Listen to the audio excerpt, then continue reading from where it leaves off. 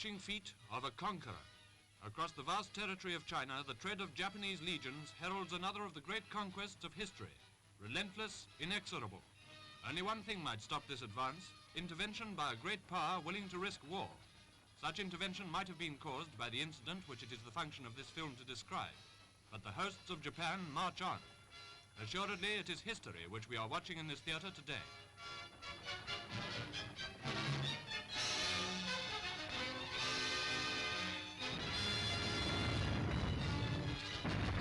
Here are scenes which we have already shown you on other occasions, and we repeat them because this much publicized film, which you have probably made an effort to come and see, is an opportunity not only to tell the story of the bombing of an American gunboat, but to remind you of the reality of events taking place at this moment, at this hour, over a wide sector of the civilized world.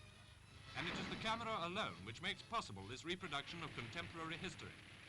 If the knowledge which a realistic film diffuses, if the emotions excited by it mean anything to you, remember this to the credit of films and the men who go out and make them. Among the pictures which Movietone's contingent of cameramen have sent back from the theatre of war into this peaceful theatre, already some have been sensational. The accidental bombing of the international settlement by Chinese aeroplanes and the siege of the doomed battalion in Chapay, with the Japanese soldiers sprinting forward to an assault on the isolated warehouse. This last was shot by Eric Mayle, an Englishman whose lot it was a few weeks later to be traveling aboard the US gunboat Panay, steaming her way up the Yangtze after the fall of Nanking. Throughout the days prior to the city's collapse, refugees had been swarming over the boats on the river, pleading for sanctuary. Among the shipping, observe a white two-funneled vessel, which is the Panay.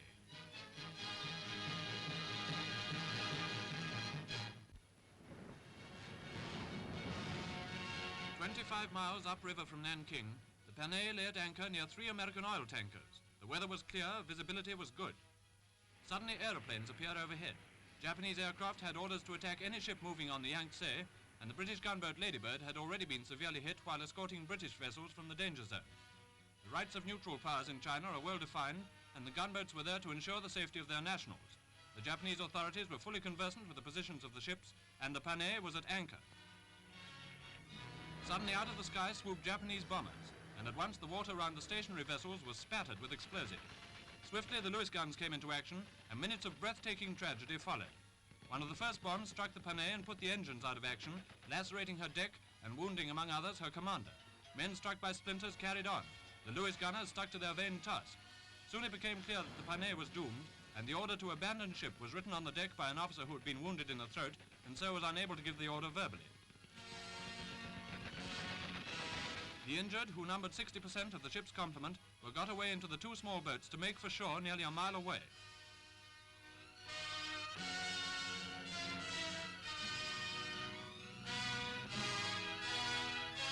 Imagine the horror of attempting to escape in such appalling conditions under the machine gun fire, or so it is alleged, of Japanese units. To reach safety, one man at least had thrown himself overboard to swim in the freezing stream. And all the time the Panay settles lower in the water, her foremast broken in 2, her decks littered with empty cartridge cases, her guns, now silent, pointing with aimless irony at the sky. Each boat makes several trips, and the last load of casualties leaves the Panay. Down she goes. Survivors watch the doom of their ill-fated ship with the chagrin which only a sailor can feel at such a loss. From the bank, Eric Mayle, who took these pictures, continues filming the grim scene. It is stated by observers that a Japanese boat put out from the shore and turned a machine gun on the ship as she was sinking. Was this the Japanese boat in question? In the high reeds which fringe the shores of the great river, a period of stoic heroism and silent suffering ensues, as each boatload of survivors finds a haven of refuge at the creek side. Such medical assistance as can be rendered is the next task of the unscathed, and doctors give succor in this unparalleled and unforeseeable situation. A compatriot bends over Sandro Sandri, Italian newspaperman, who lies in agony on his side, mortally wounded. There is cheery fortitude in evidence, and one casualty sends a wave of reassurance to the audiences of the world. And in the meanwhile, the Panay has gone. The only remaining signs of the outrage on the Yangtze, the burning oil tankers beached on the opposite shore. The work of evacuating the foreign little party starts, and fearful of attacks being renewed, the order is to proceed inland to the nearest village. 5 miles of weary trudging brings them to Ho Sien, where the casualties are set down on their stretchers.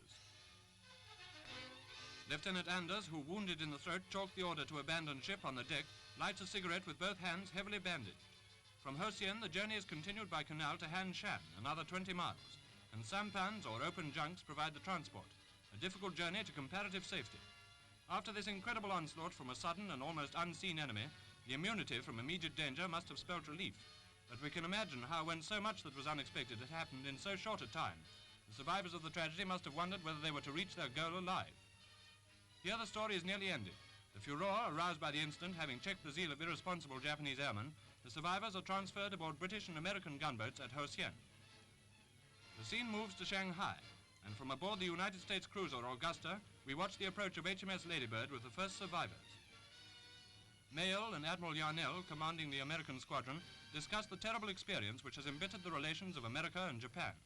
And past the Japanese battleship Itzumo, with her flag at half-mast, comes the Ladybird. British gunboats played a part in this episode, which we should only have expected American vessels to play had the positions been reversed.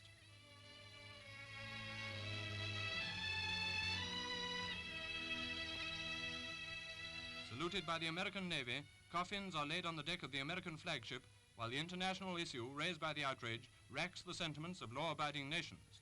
But for the forbearance of the American government and people, the incident described by these pictures might have begun yet another major chapter of history. As you may remember, Japan apologized. It was a great mistake. It was an unintentional and unexpected occurrence. The Japanese government and people wished to express their sincerest and profoundest regrets to the American government and people on account of this deplorable incident.